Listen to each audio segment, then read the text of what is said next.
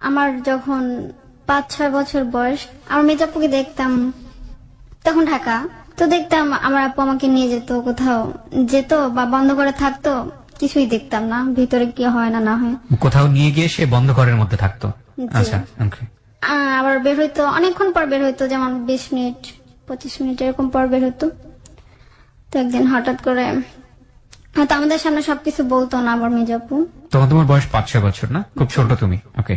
হঠাৎ একদিন আমার আম্মুর সাথে খুব ঝগড়া, রাত 8টা-9টা হবে এরকম। তো আমার ঘুম ভেঙে যায়, তো বলতেছে আর কতদিন করবো আমি এরকম, আমাকে কি বিয়ে দিবা না? তো আম্মু বলতো যে তোদের ভালোর জন্যই তো করি, তোদেরকে বিয়ে দিতে হবে, মানে এই সমস্ত কথা বলতো। তখন আমি কিছু বুঝতাম না।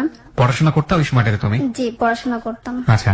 তখন আমার মানে আব্বু আসা যাওয়া করতো, 5-6 মাস পর পর আসতো, বাড়ির জাহাজে চাকরি করতো উনি। 5-6 মাস পর পর উনি আসতো। আমার এক কাকা ছিল, নাম ছিল বাবুল। তো আমার বাবা ওনাকে খুব সম্মান করতো। তো আমার বাবা নাকি ওনার কাছ থেকে কিছু টাকা ধার নেয়। কার কাছ থেকে ধার নেই? ওই কাকার কাছ থেকে। ওই কাকার কাছ থেকে। সে কাকাটা আসলে কি মধ্যবাড্ডাতেই থাকতো? হ্যাঁ, মধ্যবাড্ডা স্থানীয়। মধ্যবাড্ডার স্থানীয়, তোমাদের বাসায় যাতায়াত ছিল?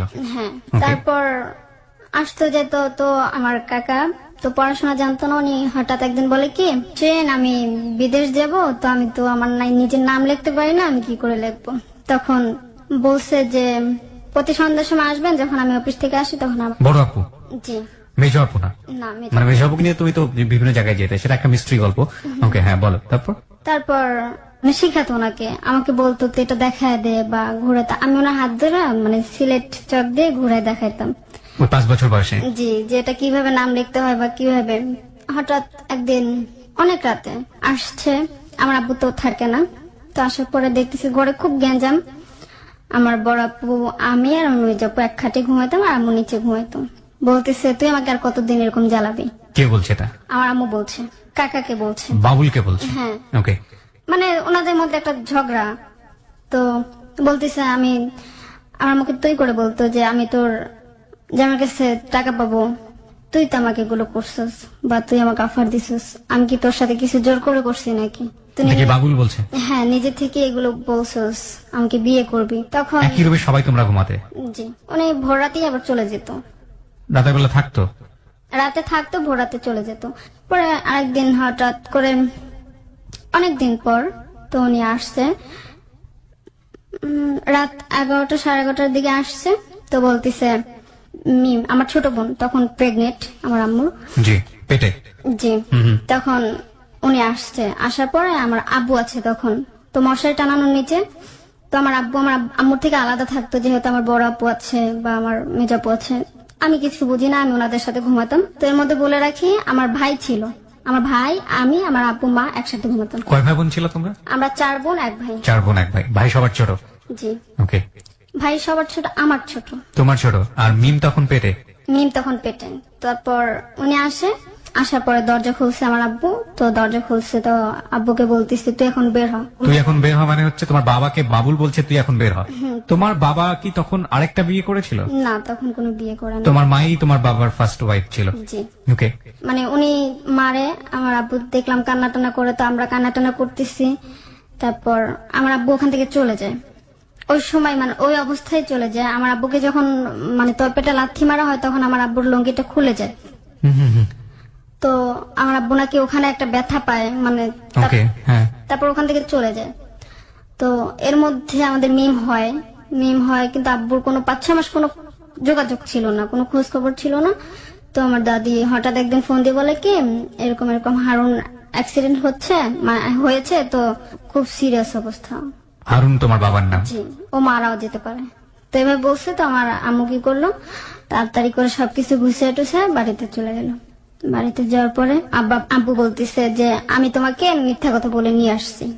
আমার আব্বু কিছুটা জেনে যায় যে আমার আম্মু এর সমস্ত কাজে জড়িত আছে বা কিছু একটা। তো এখন আমাদের বাড়িতে কোনো ঘর ছিল না, তখন ঘর উঠাচ্ছে, নতুন ঘর উঠাচ্ছে। আমরা দাদির ঘরে থাকি একসাথে। এর মধ্যে ঘর উঠানোর পরে আবার আমাদেরকে মানে আমাকে স্কুলে ভর্তি করে দিছে। মিম ছোট, রিমন আমার ভাই তখন মানে কিছু বুঝে না।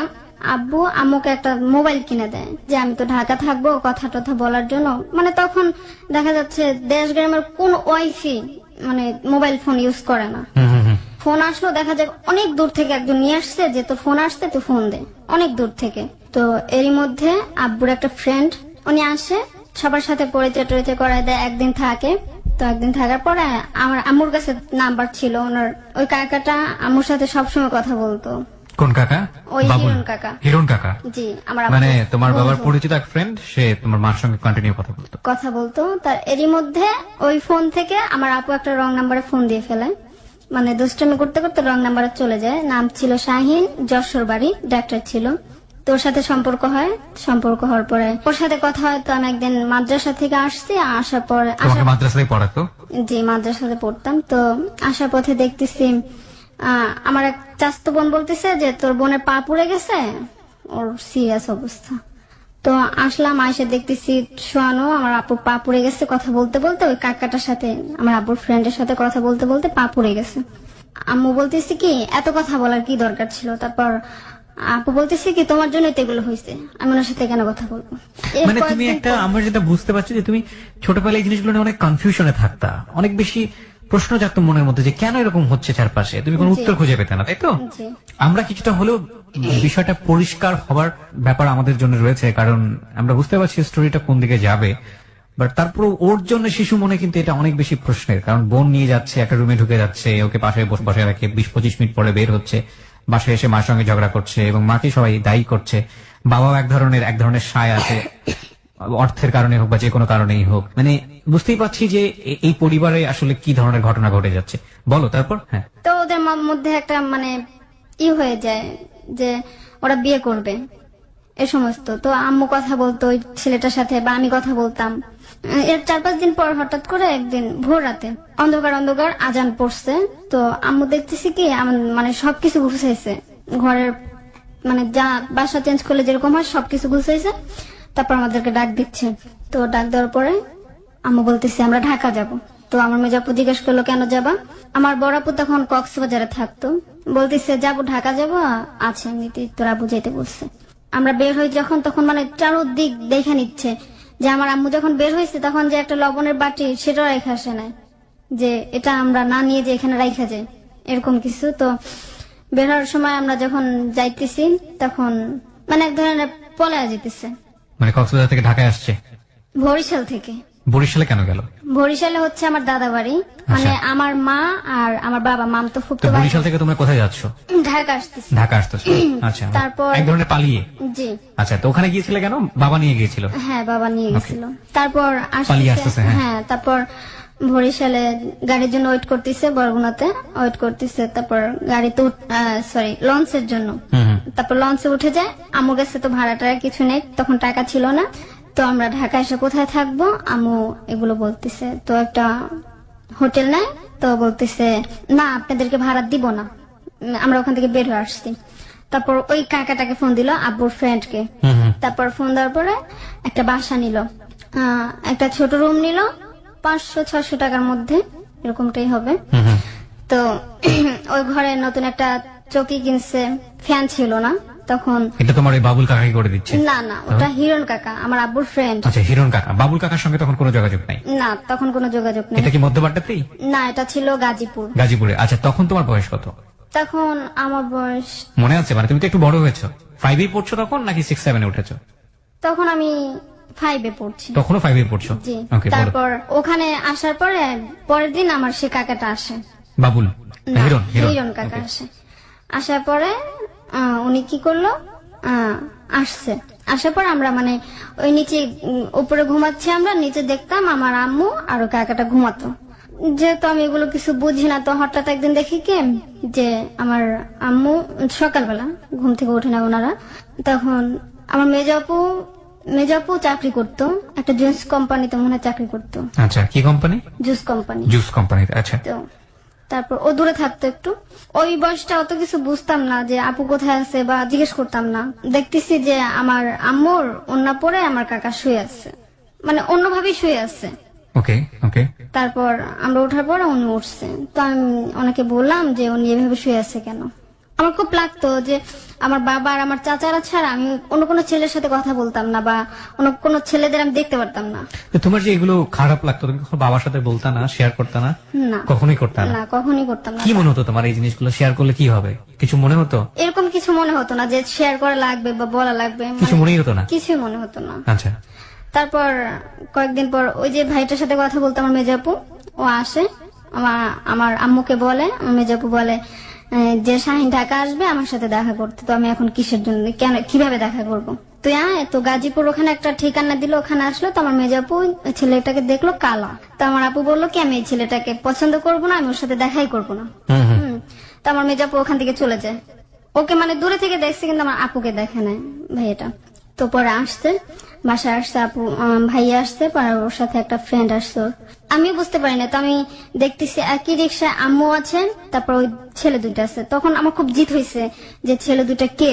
আমি আমার আপুর, আমার মেজাপুর একটা 3 পিস পরা ছিলাম, লং হয়ে গেছিলাম যেহেতু ছোট।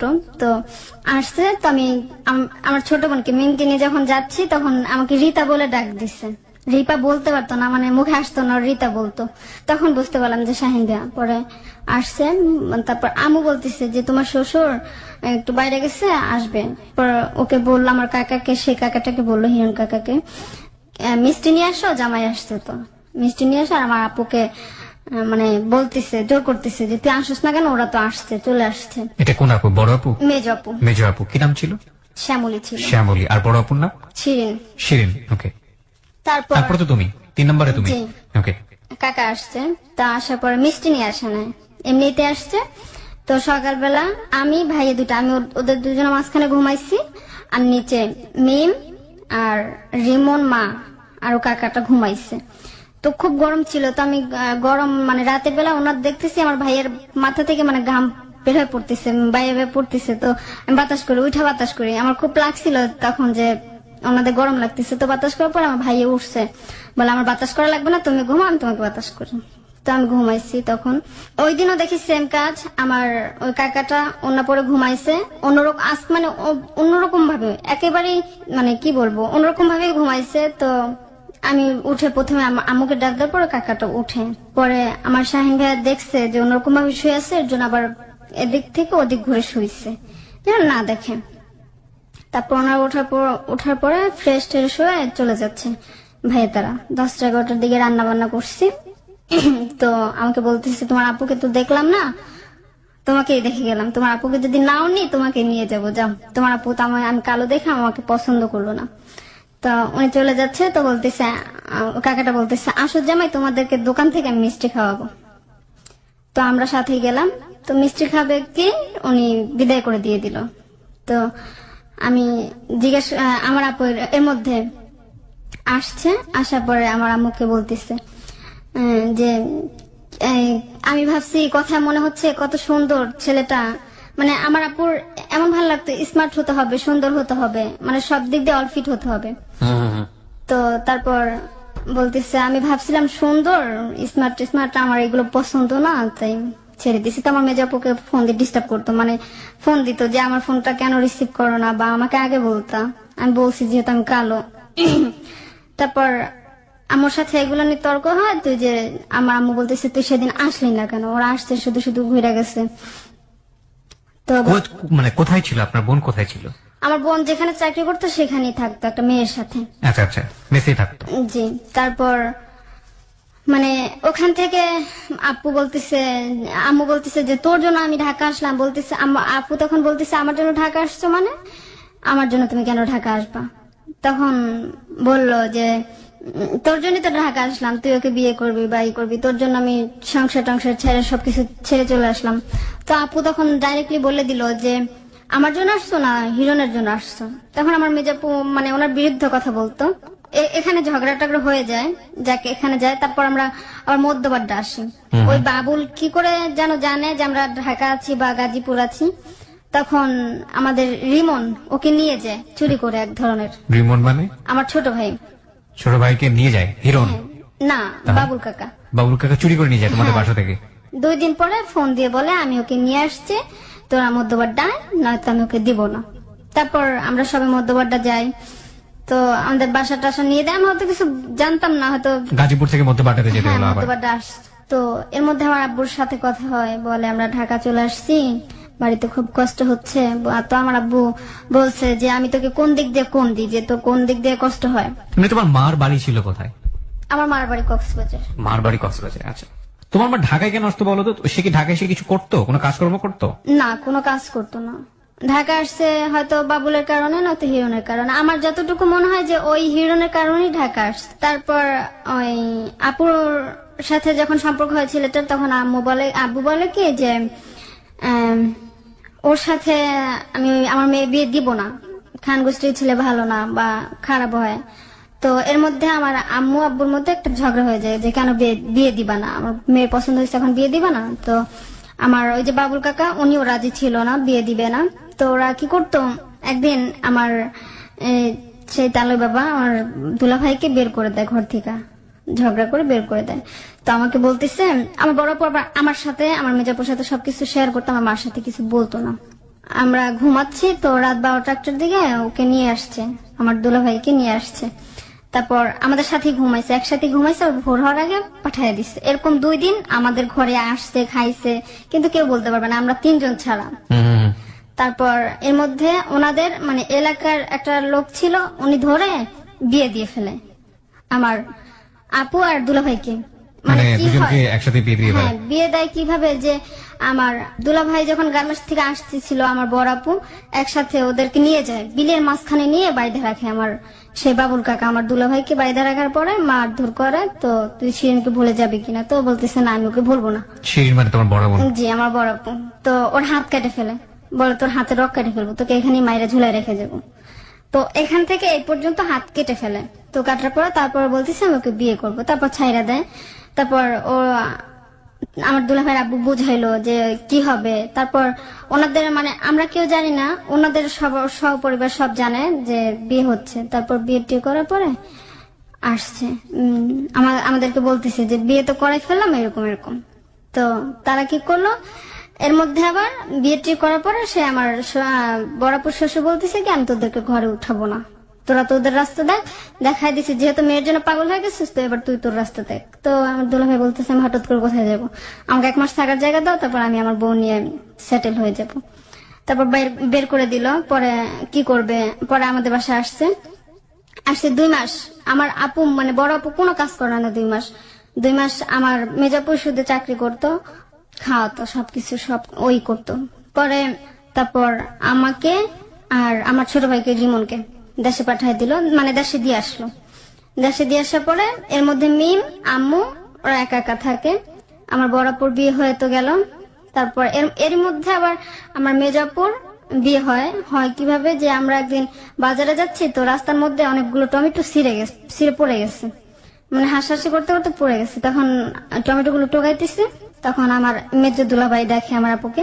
দেখার পরে আমার মানে আপুকে অফার করে কিরকম, যে আমার আপু বাসা চলে গেছে, কিভাবে যেন আম্মুর ফোন নাম্বার Somehow তারা যোগাযোগ করেছে, এবং তারা কি নিজেরাই বিয়ে করেছে? কম, আমার মেজো আপুকে জোর করে বিয়ে করছে ছেলেটা, মেজপুকেও জোর করে বিয়ে করলো? জোর করে বিয়ে করলো। আচ্ছা, তারপর বললো যে আপনার মেয়েকে আমার পছন্দ, ওকে কি বিয়ে দিবেন কিনা। আমার মা এরকম, যে আমার মা একটু লুবি টাইপের। তো আমার মা বলে আমার মেয়েকে যদি বিয়ে করতে হয় তো কথা বলবি কি দিয়ে, মানে এইভাবে এরকম আচরণ করতেছে, আমাদের সামনে বসে বলতো। তো ওই দিন মানে একটা ফোন কিনে দিয়ে যায় আপুকে, যে এটা তোমার জন্য। তারপর আবার বলে আমার মেয়েকে বিয়ে করতে হলে এত টাকা দিতে হবে, এটা করতে হবে। পরে আমার দুলাভাইকে দেখতাম যে 10,000 20,000 টাকা দিত, অনেক টাকা দিত আমার আম্মুকে। আর সবাই বলতো মানে ওই এলাকার ওকে সবাই চিনতো, তো বলতো ছেলেটা খুব ভালো, সাংবাদিকের গাড়ি চালায়, এই সমস্ত সব বলতো। তো যখন বিয়ে করবে তখন বলে আম্মু আমি শ্যামলীকে বিয়ে করে আমি চলে যাব। বলতেছে ওকে নিয়ে চলে যাবো, মানে ওকে নিয়ে চলে গেলে আমি কি করব।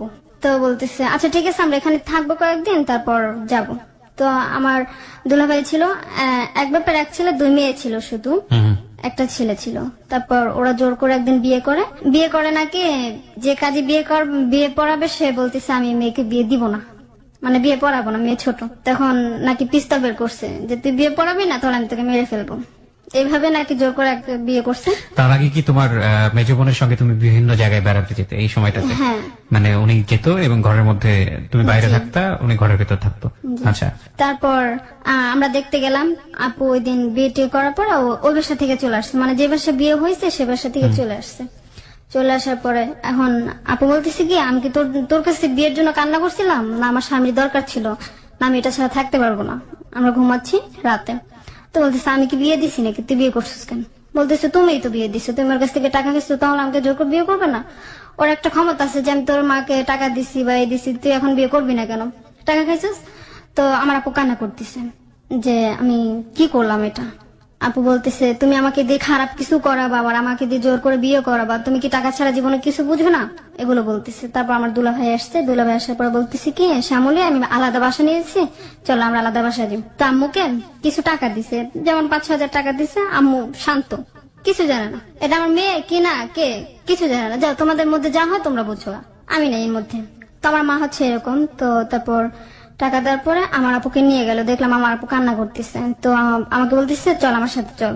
ওকে। তো আমাকে নিয়ে গেল, বললো থাক। তো ভাইয়া দেখি কি আনতে গেছে, আমার ভাই আবার নতুন বাসা যেহেতু খাবার আনতে গেছে, রাতের বেলা খাবার আনতে গেছে। তো ভাইয়া মানে দুলা ভাই? হ্যাঁ দুলা ভাই।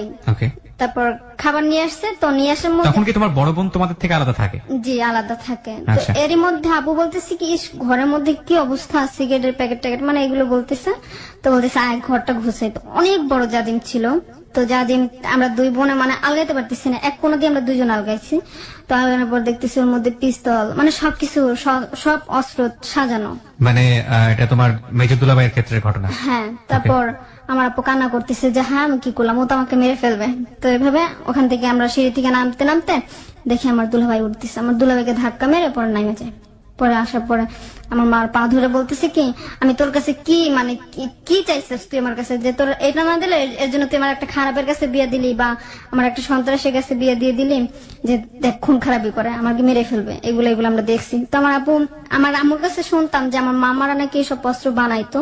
তো ও সবকিছুর নাম বলতে পারতো, আমার আপু কোন জিনিসটার কি নাম এগুলো বলতে পারতো। তো এসে বলে আমি এগুলো দেখছি। এর মধ্যে আমার দুলাভাই এসে শুনতেছে সবকিছু। দুলা ভাই মানে মানে মেজর দুলা ভাই? হ্যাঁ মেজে দুলাভাই এসে সবকিছু শুনতেছে। তো বলতেছে শ্যামলী, তো এখন আমার আম্মুর মানে আমাকে জড়াই ধরে বলতেছে যে আমি ওই ছেলের কাছে যাবো না। দুলাভাই বুঝাইলো যে আমি তোমাকে কেন মেরে ফেলবো, হয়তো তোমরা জানো না এরকম হয়েছে, আমি এরকম কিছু না, মানে আমার ফ্রেন্ড ওরে এগুলো সব ওর। তো বলে এখন যা হবার হয়ে গেছে, এখন তো তুমি আমার ওয়াইফ, চলো বাসা চলো। বলতেছে না আমি বাসা যাবো না, আমি আমার মার কাছে থাকবো। তো আমার আপু কান্না টান্না করে ভয়টা পায়। তারপর আমার দুলাভাই ওই দিন চলে যায়। তো বলতেছে থাকো, আপুকে কিছু টাকা দিয়ে যায়, আপু টাকা নেয় না, ডিলে মারে ফেলা দেয়, ওইরকমই আছে। ভাইয়া চলে যায়, বলে আমি গাড়িতে গেলাম। তারপর ওই দিন রাতে ফোন আসছে, 1:30 কি 2টা হবে, ফোন আসছে। তো ফোন দিয়ে বলে কি তারেকের হাতে গুলি লাগছে। তারেক মানে তোমার মেজর দুলা ভাই? হ্যাঁ হাতে গুলি লাগছে। আবার কে ফোন দিয়ে বলতেছে তারেকের পেটে গুলি লাগছে, আবার কে ফোন দিয়ে বলতেছে তারেকের পায়ে গুলি লাগছে। পর আম্মু বলতেছে কি যে তুই যাস না, এখন হয়তো আমাকে মারার জন্য তারেক এরকম করতেছে। কারণ কেউ বলতেছে পেটে লাগছে, কেউ বলতেছে বুকে লাগছে, কেউ বলতেছে পায়ে লাগছে। আমাকে মারার জন্য মানে? আম্মুকে। তোমার মাকে মারার জন্য? তোমার মাকে কেন তারেক মারতে যাবে? ওই যে মেয়েকে পাঠায় নেয় বা আমার আপু যায় না, এই কারণের আগে হয়তো বা। ওকে। তো আপু বলতেছে কি তুমি যাও না। পরে আরেকজন ফোন দিয়ে বলে কি তারেকের তো পেটে গুলি লাগছে, আন্টি আপনি কোথায় একটু আসেন, আমাদের যদি ওকে নিয়ে যায় তাহলে পুলিশে ধরবে। ওকে। তো আপু এর মধ্যে আমাকে ডাক দিছে। তো মা এর মধ্যে বের হয়ে গেছে, আমি বলতে পারি না। আপু ডাক দিয়ে বলতেছে কি যে তোর ভাইয়ার গুলি লাগছে, তো মা আনতে গেছে। তো আমার প্রতিদিন কান্না করতেছে ভাইয়ার জন্য। তো গেছে, তো মা গিয়ে ফোন করছে। তো যার পর নিয়ে আসছে, দেখি ব্যান্ডেজ ট্যান্ডেজ করা নিয়ে আসছে। তো সত্যি সত্যি গুলি লেগেছে? হ্যাঁ সত্যি সত্যি গুলি লাগছে। কোথায় লেগেছিল? এখানে পেটে পেটে লেগেছিল। আচ্ছা। তো তারপর পেটের মধ্যে গুলি লাগার পরে ফোন করছে ওর ফ্রেন্ডদেরকে, আসছে। তারপর নিয়ে আসছে বাসায়, বলতেছে কি তুমি আমাকে অভিশাপ দিছো, এর জন্য আমার এই অবস্থা হয়েছে। আমি যদি মানে এটা তোমার বোনকে বলছে? হ্যাঁ আমার দুলাভাই বলতেছে। তারপর আপু চলে যায় এখান থেকে, ওর শ্বশুর বাড়িতে চলে যায়, থাকা শুরু করে ওর সঙ্গে? হ্যাঁ শ্বশুর বাড়িতে একেবারেই বাড়িতে চলে যায়, পাবনা ওর শ্বশুর বাড়ি। তো চলে যায়। তো আম্মুর সাথে কান্নাকাটি করে যে আমাকে তারেক নিয়ে যাচ্ছে, আমাকে তো আর কখনই আনবে না। আমরা এর মধ্যে যখন দেশে যাই দেশ থেকে আম্মুকে দেখতাম প্রতি বছর বছর আমাদের জন্য জামা কাপড় নিয়ে পাঠাইতো, নিয়ে আসতো। খুব ভালো লাগতো যে আম্মু নিয়ে আসছে। একদিন আমার চাচাতো বোন বলতেছে, রিপা তোর আম্মু আসছে ডাকে। যার পর দেখতেছে আমাদের জন্য জামা কাপড় নিয়ে আসছে। কিছুদিন পর ঈদ, মানে একা একা নীরব জায়গায় যে বলতেছি কি আমার সাথে ঢাকা যাবে, আমি বলতেছি কি আব্বু তো যাইতে দিবে না। তো বলতেছে না যেতে দিক, তুই খালি যাবি কিনা সেটা বল, তাহলে আমি তোকে নিয়ে যাবো। তো বলতেছে আচ্ছা ঠিক আছে যাম। পরে জামা কাপড় দেখায় আমার ফুপির মেয়ের জন্য জামা কাপড় নিয়ে আসছে, মানে সবার জন্যই টুকটাক নিয়ে আসছে। তো তারপর বলতেছে কি আমার দাদিকে বলতেছে, বলে মা আমি ওদেরকে ঢাকা নিয়ে যাব। বলতেছে কেন তুই ঢাকা নিয়ে যাবি কেন? যদি হারুন অর্ডার দেয় তাহলে তুই নিয়ে যা। তারপর আমার আব্বুকে ফোন করে বলে আমি ওদেরকে বাড়িতে নিয়ে যাচ্ছি, ঢাকা নিয়ে যাচ্ছি। কাদেরকে? আমাদেরকে। হুম হুম। তো বলতেছে না তুই পারবি না, ঢাকা নিতে পারবি না। এরই মধ্যে বলতে ভুলে গেছি আমার আব্বু বিয়ে হয়, তোমার আব্বু আরেকটা বিয়ে করে ফেলে? বিয়ে করে। আমরা তাদের ঘরেই আছি, মানে আমার ছোট আম্মুর সাথে থাকতাম তখন। কোথায় ছিল এটা? আমাদের গ্রামের বাড়িতে বরিশালে ছিল। ওকে। তো তারপর আমার ছোট আম্মু বারান্দায় বসে বসে তরকারি কাটতেছে। তখন আমার ছোট আম্মু বলে, তখন কোনো বাচ্চা কাচ্চা ছিল না, ওনার ছোট আম্মু বলে যে না ওরা যাবে না কেউ। একটা মেয়ে ছিল, এটা ওনার শ্বশুর বাড়িতেই থাকতো, মানে ওনার ওনার আগে আরেকটা বিয়ে হয়েছিল। হ্যাঁ মানে এর মধ্যে আমার আম্মু মানে সবার সাথে ঝগড়া শুরু করে দিচ্ছে, মানে বাজে ব্যবহার, দাও নিতেছে, বডি নিতেছে, মেরে ফেলবে সবাইকে। তো আমার দাদি তারপর অনেকক্ষণ পর, মানে 1-1.5 ঘন্টা পর ঝগড়া টগড়া হওয়ার পর বলতেছে, আমার দাদা বলতেছে যেহেতু তুই তোর মেয়েকে নিয়ে যাবি তাহলে নিয়ে যা, তোর সাথে আর পারবো না, নিয়ে যা তুইকে। পরে মানে তোমাকে নেওয়ার কথা নিয়ে? হ্যাঁ আমাকে আর আমার ছোট ভাইকে। রাইট। তারপর ওখান থেকে আমার আব্বুকে ফোন দিয়ে বলে, আমাকে বলে তুই শুধু বলবি আমি যাব না, সবকিছু আমি করবো। আমার মনের মধ্যে একটাই ছিল, আমার আম্মু অনেকদিন পর আসছে, আমি যাব। তো তারপর আব্বু যখন না করে তখন আমি বললাম যাব না। তারপর আমার বলে যদি না যাস তাহলে মাইরে ফেলবি সবকিছু, এভাবে বলতেছে। তারপর আমি ভয় পেয়ে গেছি। একদিক দিয়ে আমিও খুশি যে আমি আম্মুর সাথে ঢাকা যেতেছি। জি। তারপর মা আমাদেরকে নিয়ে যায়। তো নিয়ে যাওয়ার মধ্যে আমার মামতো বোন আমাকে বলে কি, যখন যাব বের হচ্ছে বাসা থেকে, তখন বলে রিপা তুই তো যাইতেছিস, তোকে আর ফেরত আনবে না কিন্তু হুম হুম হুম। তোর আম্মু। আমি বলতেছি কেন, আম্মু আবার দিয়ে যাবে? এই কথাটা বলছে আমার মামতো বোন যে তুই যাচ্ছিস, তোকে কিন্তু আর কখনো দিয়ে যাবে না। তা বলতেছে না দিয়ে গেলে না যাক, মানে কথা আমি পাত্তা দিলাম না। আচ্ছা। তো চলে গেলাম। আম্মু আবার এটা বলছে আমাদেরকে যে শিরিন ও আমার বড় আপু আমাদেরকে যাইতে বলছে নাকি। আচ্ছা। লাঞ্চের মধ্যে জিজ্ঞাসা করতেছি যে মা আপুকে আমাদেরকে যাইতে বলছে? তো বলে না তোকে শিরিন যেতে বলে না। তো আমার ছোট মার ইচ্ছে ছিল কি বড় করে ঘর তুলবে। তখন আমার আব্বু গাছ টাছ কাটতে ছিল, বড় করে ঘর তুলবে। তারপর বলে ঘর তুলতে হবে, মাটি মুটি টানতে হবে, এর জন্য আমি তোকে নিয়ে আসছি। আচ্ছা। আমার আম্মু এটা বললো, এর জন্য নিয়ে আসছি, কষ্ট করতে হবে না। তখন আমি খুব খুশি যে, মানে একদিকে খুশি আবার অন্যদিকে বেজার হয়ে গেছে যে আপু আসতে বলছে, আবার এখন বলতেছে আপু যাইতে বলে না। তারপর যাওয়ার পরে আমরা গেছি, যাওয়ার পরে আমার মানে কি বরিশালে গেলে? বরিশাল থেকে ঢাকা যাচ্ছি। আচ্ছা। তারপর ঢাকা আসার পরে আম্মু কি করলো যে বস আমি বাজার টাজার নিয়ে আসি। তো আমাদেরকে বসায় রেখে গেছে। আসার পরে পরের দিন সকালবেলা আমরা খাওয়া দাওয়া করলাম। এরই মধ্যে আমার আম্মু প্রেগনেন্ট, কিন্তু আমরা বলতে পারি না। বলতে পারো না মানে? আমার মানে আব্বুকে ছাড়াই উনি প্রেগনেন্ট। তোমার বাবাকে ছাড়াই উনি প্রেগনেন্ট? আমার আব্বু তখন ছিল না ওনার কাছে, বা আমার আব্বু বিয়ে এটা করে। তুমি জানলে কিভাবে? তুমি তো তখন অনেক ছোট। আমি যখন জানলাম তখন মানে বুঝতে পারলাম, মানে তার যখন বাচ্চা হবে তখন আমাকে বলছিল যে আমার বাচ্চা হবে। আমার মা আমাকে বলে ওকে। যে আমার তো বাচ্চা হইব, মানে এইভাবে বলে আমার বাচ্চা হবে। তো বলতেছি মানে আমি খুব খুশি বাবু হবে। তো আসার পরে সকাল হয়েছে, আম্মু চলে যায় কোথায় যেন, বলে আমি ডিউটিতে যাই। তো একটা লোক আসে, তা আসার পরে বলতেছে তোর মা কইরে, মানে আমাকে চিনে না শুনে না আমাকে তুই বললো। আমার এই জায়গাটা খুব খারাপ লাগছে। তখন তোমরা কোথায় থাকো? মধ্যবাড্ডাতে? হ্যাঁ মধ্যবাড্ডাতে। আমার ভাই আমার পাশে দাঁড়ানো, বলে তোর মা কইরে। আমি বলতেছি জানি না কোথায় গেছে, মানে অন্যভাবে একটু কথা বললাম। তো বলার পরে তোর মা আসলে বলিস আমার জামা কাপড় গুলো ধুয়ে দিতে। এই লোকটাকে তোমরা চিনো না? চিনি না। হিরণ কাকাও না, বাবুল কাকাও না? না।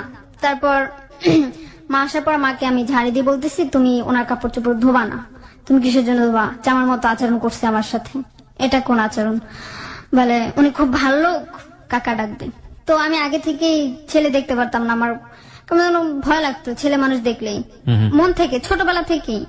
আমার ফ্যামিলির কাউকে ছাড়া আমি অন্য কাউকে দেখতে পারতাম না। আমি নাকি, আমার মনে নাই, আমার আম্মু তার এখনো বলে যে আমি নাকি যখন ছোট, যে রাস্তা দিয়ে কোনো একটা লোক হেঁটে যাচ্ছে, ছেলে মানুষ হেঁটে যাচ্ছে, আমি দেখে নাকি ঘরে যাইতাম চিৎকার দিয়া যে ওই ছেলেটা আমাকে নিয়ে যাবে, এই সমস্ত কথা বলতাম।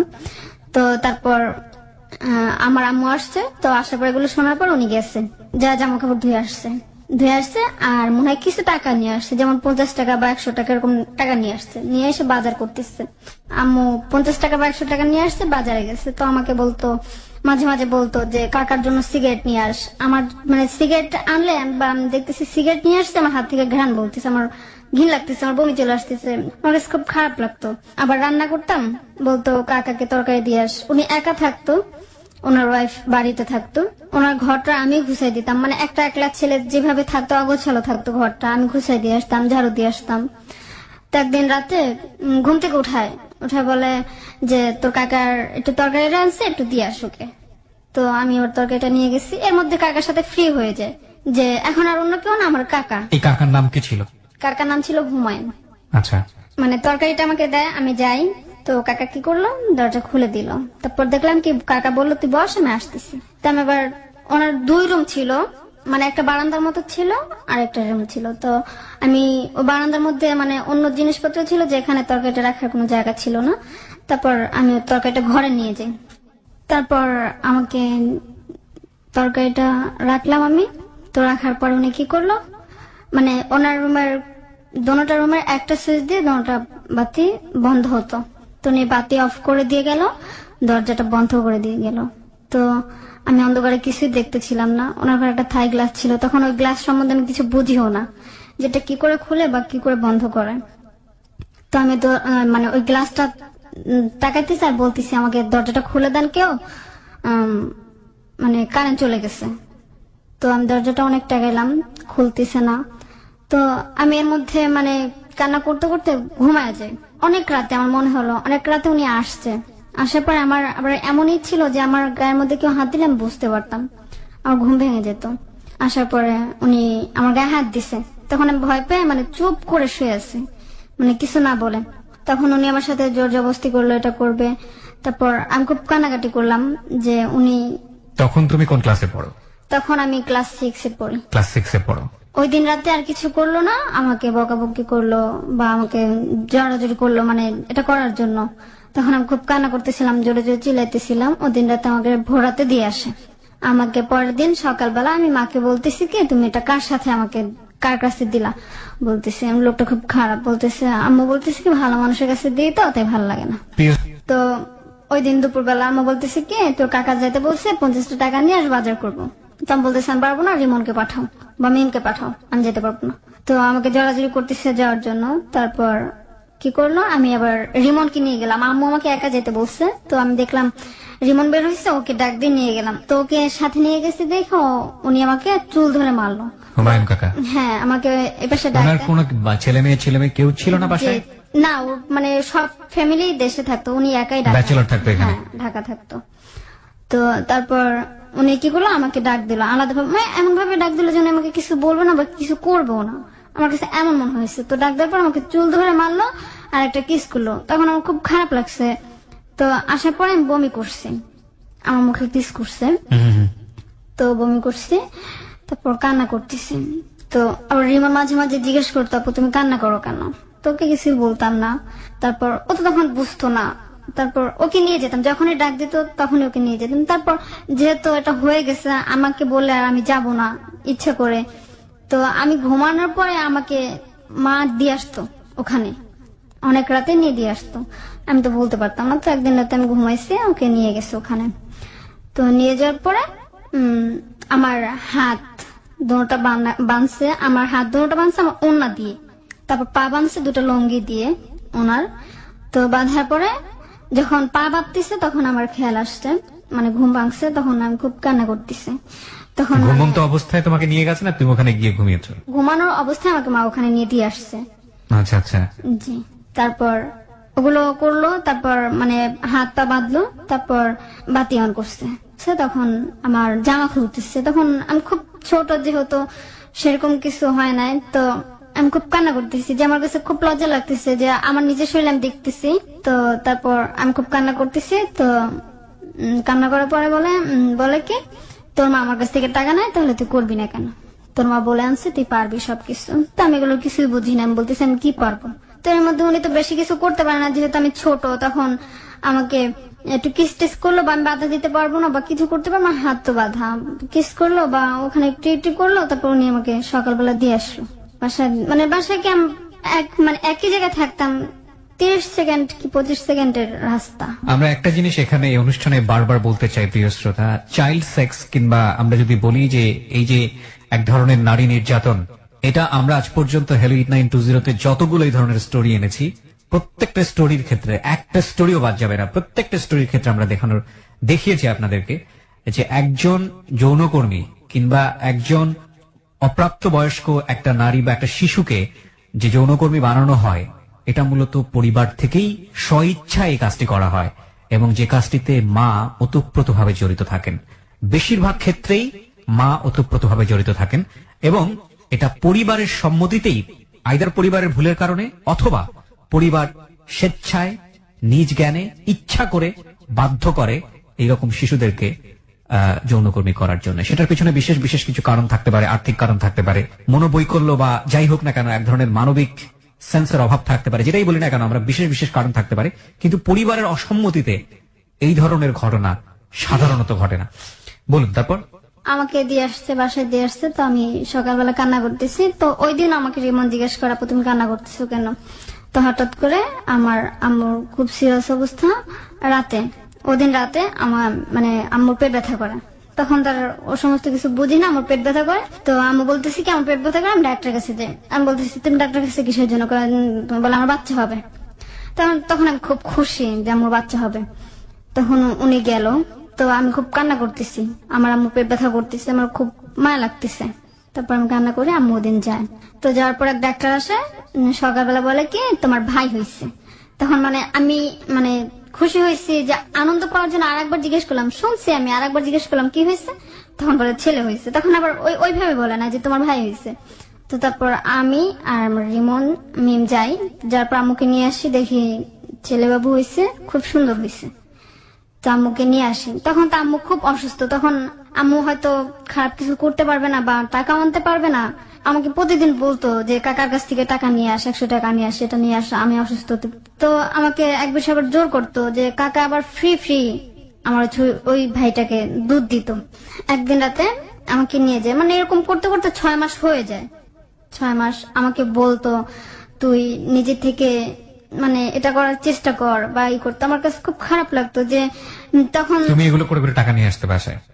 না, আমি কোনো টাকা আনতাম না। তখন মাই আনতো, শুধু আমাকে বলতো 100 টাকা নিয়ে আস বা 200 টাকা নিয়ে আস। আচ্ছা, তো টাকা আনতে গেলে তোমাকে এই ধরনের হ্যারাসমেন্টের শিকার হতে হতো? জি। ওকে। তারপর ওখান থেকে শেখাইতো, বলতো যে এটা করবি বা ওটা করবি। আমাকে লোক দেখাইতো যে আমি তোকে টাকা দিব, তোকে 3 পিস দিব, তোকে ভালো ভালো খাওয়াবো। তা ওনার কথা কে শুনে? আমি আমার মতো আমি তখন কি তুমি পড়াশোনা বন্ধ করে দিয়েছো? হ্যাঁ, তখন পড়াশোনা বন্ধ ছিল 1 বছর। তারপর ওখান থেকে এরই মধ্যে আবার যখন উনি এগুলো বলতো বা করতো, তখন আমি রিমনকে নিয়ে যাওয়ার পর একদিন রিমনকে নিয়ে গেছি সন্ধ্যাবেলা। তো মাগরিবের আজান সবে মাত্র পড়ছে, তো এর মধ্যে আমি ওকে নিয়ে গেছি। তো নিয়ে যাওয়ার পরে রিমনকে বললো কি তুই বাসায় যা, তোরা আপু আসতেছি। তখন আমার চোখে পানি চলে আসছে যে আমার এটা কি বলছে। তো তারপর আমাকে দরজার সামনে নিয়ে আসছে, ঢুকাবে দরজার মধ্যে, এর মধ্যে একটা লোক চলে আসছে। তারপর বলে কি যা। তখন আমাকে খুব আদর করতেছে, যা মা যায়, এই সমস্ত কথা বলতেছে। আমার সত্যি তখন এত খুশি লাগছে যে এই লোকটা যেন প্রতিদিনই আসে, আমি যখনই আসি তখনই যেন এই লোকটা আসে। হ্যাঁ, তো আমি এটা বলতেছি। তো যার পরে বলতেছে তোর কাকা টাকা দিচ্ছে? আমি বলতেছি না, টাকা দেয় না, পরে পাঠাই দিচ্ছে, একটা লোক আসছে পরে পাঠাই দিচ্ছে। বলে একটু পর গিয়ে টাকা নিয়ে আসিস। আম্মু বলতেছে। কাকা পরের দিন সকালবেলা বলতেছে কি তুই যদি একা একা ওটা করে করতে পারিস, ক্লিয়ার করতে পারিস, আমি তোকে 3 পিস কিনে দেবো, সুন্দর দামি একটা 3 পিস কিনে দিব। তো আমি বললাম কি আমি এটা পারবো না। তখন আমার আম্মুর একটা ছোট ডায়েরি ছিল, যে ওখানে সব নাম্বার লেখা ছিল। তো ওখানে সব নাম্বার গুলো খুঁজতাম। আমার আবার আব্বুর নাম্বারটা লাস্টের নাম্বার গুলো 2টা নাম্বার মুখস্থ ছিল, মনে ছিল যেটা আব্বুর নাম্বার। তো তখন আমি নাম্বার খুঁজি যে আমি যদি আব্বুর সাথে কথা বলতে পারি আমি বাড়িতে চলে যাব। আমি আব্বুর নাম্বার কোথাও পেলাম না, বা আর কারো নাম্বার নেই। তারপর মানে পরে একদিন আম্মু বলে কি তুই কিসের জন্য যেন ভুলে গেছি ব্যাপারটা। তারপর ওখানে আমি যাই, কাকার কাছে যাই, যাওয়ার পরে আমাকে কি বললো যে তুই বস, আমি আসতে। আমি ওখানে বসি না, আমি বের হয়ে যাই। পরে মাকে যা খুব বকাবকি করে যে এটা কি ওটা কি। পরে আমাকে খুব মারধর করতো আমার মা। কেউ কিছু বলতো না।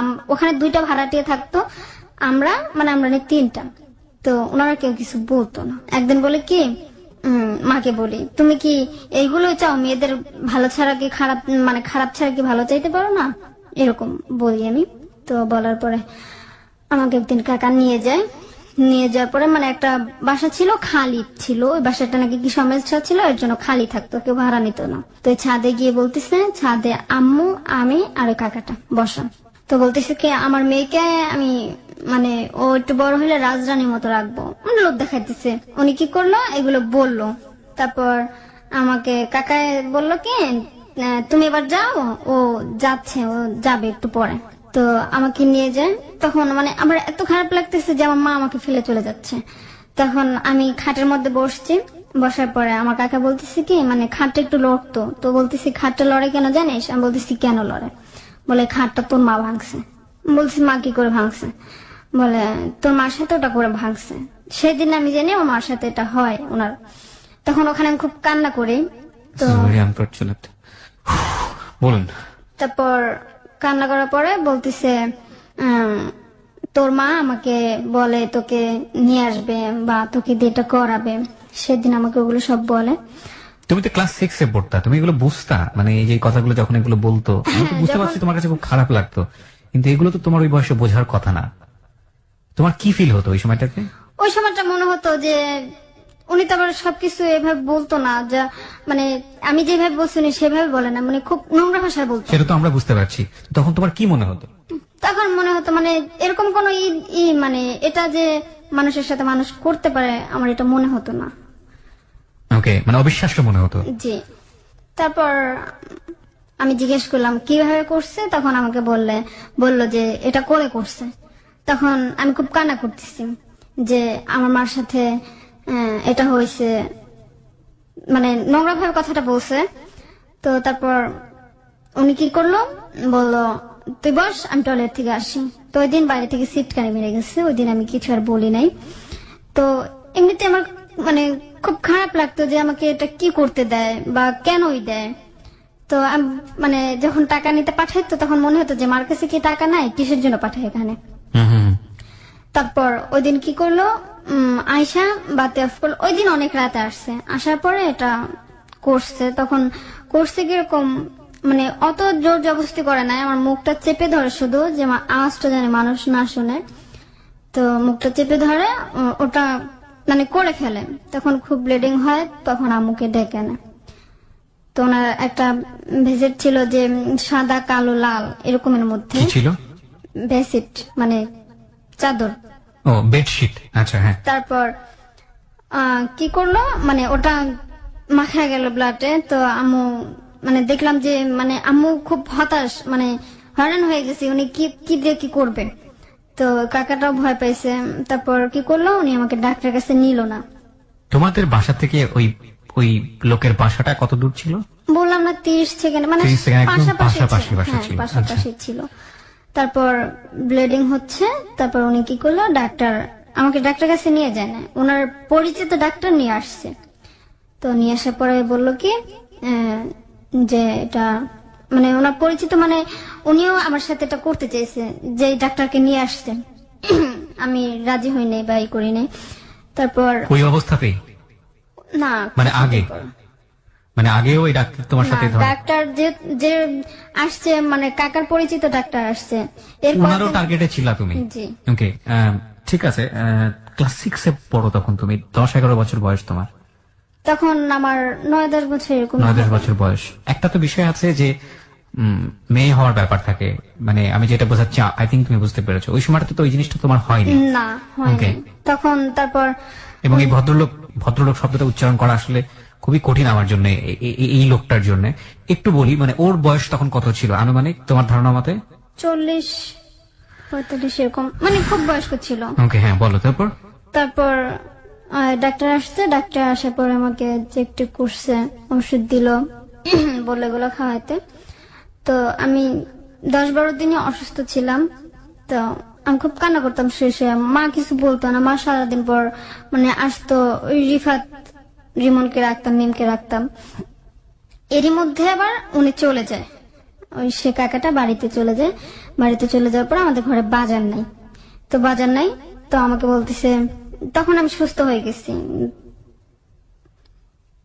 10-15 দিন পর আমি সুস্থ, মানে মোটামুটি সুস্থ, হাঁটতে চলতে পারি। তো এর মধ্যে আম্মু আসছে, বলে এখন কি করব? আমি বলতেছি কি করবা, কাজ করো, আম্মুকে এটা বলে। তো আম্মু বলতেছি কি তুই কিছু করতে পারবি? আমি বলছি আমি কি করবো। পরে আমি খুব কান্না করি যে আমাকে এটা কেন করাবে। তোমার মা তো শারীরিকভাবে সুস্থ ছিল, কোনো কাজকর্ম করতো না সে, না? না, কোনো কাজকর্ম করতো না। আমার এখন মনে হতো যে উনি এটা ছাড়া কোনো কাজই করতো না। আমরা এই জায়গাটা একটা ছোট্ট বিরতি নিতে চাই প্রিয় শ্রোতা। এর পরের যে গল্প সেটাও ভয়াবহ, এবং একটা শিশুর জন্য, এরকম একটা পরিবারে বড় হওয়া একটা মেয়ে শিশুর জন্য এটা যে কতটা কষ্টকর হতে পারে। মা বাবা হচ্ছে একটা সন্তানের জন্য শেষ আশ্রয়স্থল পরিবারে। সেটাই যদি একটা মেয়ের জন্য নিরাপদ না হয়, সেটাই যদি একটা শিশুর জন্য নিরাপদ না হয়, তাহলে এই শিশুটির আর যাওয়ার জায়গা কি আদৌ থাকে? আমরা এক কথাই বলতে পারি যে মনুষ্য জন্মই বৃথা হয়ে যায়। এবং আজকের এই হ্যালো ইট 920 লাখ লাখ মানুষ শুনছেন। এরকম মা হয়তো সংসারে অসংখ্য আছেন, কিংবা বাবাও আছেন যারা বাধ্য করেন নিজের সন্তানকে এই ধরনের কাজে যাওয়ার জন্য। তারা আজকের এই হ্যালো ইট 920 শোনার পরে যদি স্টপ করেন এই রকম অনৈতিক অন্যায় কাজ, তাহলে আমরা বলতে পারবো যে আমরা কিছুটা হলেও আমাদের এই অনুষ্ঠানের মাধ্যমে কিছুটা হলেও কিছু একটা করতে পেরেছি। আমরা ফিরে আসবো ঠিক রাত 1টা টাইম চেক হবার সঙ্গে সঙ্গে। ওকে দেখার জন্য ওর একটা ছোট্ট ভিডিও ক্লিপস, যেটা ওর সামাজিক মর্যাদা হানি না হয়, এরকম একটা ছোট্ট ভিডিও ক্লিপস আমরা আমাদের ফেসবুকে দিয়ে দিয়েছি। আপনারা চাইলে এসে দেখতে পারেন। ফেসবুকের ঠিকানা www.facebook.com/kibria.rj। আমি আবারও বলছি www.facebook.com/kebria.rj। পেজটি আছে RJ কিবরিয়া নামে। সময় রাত 1টা প্রিয় শ্রোতা, আপনারা সবাই শুনছেন ক্লোজ আপ প্রেজেন্স হ্যালো ইট 920 এবিসি রেডিও FM 89.2 এ। রিপা এখানে রয়েছে তার জীবনের গল্প নিয়ে। 16 বছরের কিশোরী রিপা, তার কাছে আমরা আবারও ফিরছি। রিপা, আমরা যেখানটাতে ছিলাম, মা তোমাকে বলছিল এই ধরনের কাজ করার জন্য, এবং মার সঙ্গে তুমি এটা নিয়ে এক ধরনের তর্ক বিতর্ক করছিলে। তারপর মা আমাকে এক ধরনের জোর করে যে কেন করবি না, আমার সমস্যা তুই দেখবি না। তো আমি বলতেছি তোমার কোন সমস্যা দেখবো, কি সমস্যা দেখবো, এতদিন দেখে আসছি না, যেহেতু আমি সবকিছু তখন বুঝি। তো কয়েকদিন পর একটা লোক আসলো, বলে এই মেয়ে। কে বলছে এটা? তোমার মা? না, একটা লোক নিয়ে। না, কিন্তু তোমার উত্তরটাকে দিচ্ছে তোমার মা? জি হ্যাঁ, আমার মা। মানে তোমার মা এই লোকটাকে নিয়ে এসছে? জি, মানে বয়স্ক, দাঁড়িয়ে আছে, ওকে, মানে মুরব্বী টাইপের।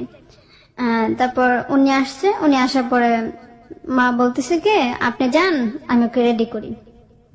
তো মা আমাকে কি করলো, বললো জামা কাপড় নে রেডি হন। বলতেছে আমি কোথাও যাবো না। তখন আমি খুব কান্নাকারি করি। তো মায়ের মধ্যে আমাকে ভয় দেখে যে আর কখনো দিব না, বা পাড়ার মধ্যে নিয়ে রেখে আসবো। পাড়া মানে কি তখন বুঝতাম না। তো আমাকে খুব জোর করতেছে। তখন আমি বললাম আমি থাকতে পারবো না, আমি চলে আসবো। আমি বলতেছি আচ্ছা ঠিক আছে যা। আমাকে কোনো জামা কাপড় দিল না, নিয়ে গেল আম্মুই নিজে নিয়ে গেল, ওকে বিদায় করে দিল ওই লোকটাকে। তারপর আমাকে নিজে আমাদের বাসা থেকে একটু সামনে কোহিনুর নামে একটা মহিলার কাছে। পরে আমি যাওয়ার পরে ছোপার উপরে বসছি, দরজাটা খোলাই ছিল। তো দরজাটা খোলা ছিল, এর মধ্যে ভিতরের আরো একটা রুম আছে। দেখতেছি একটা মেয়ে বের হয়েছে, শুধু জামা পরা, সেলর নেই।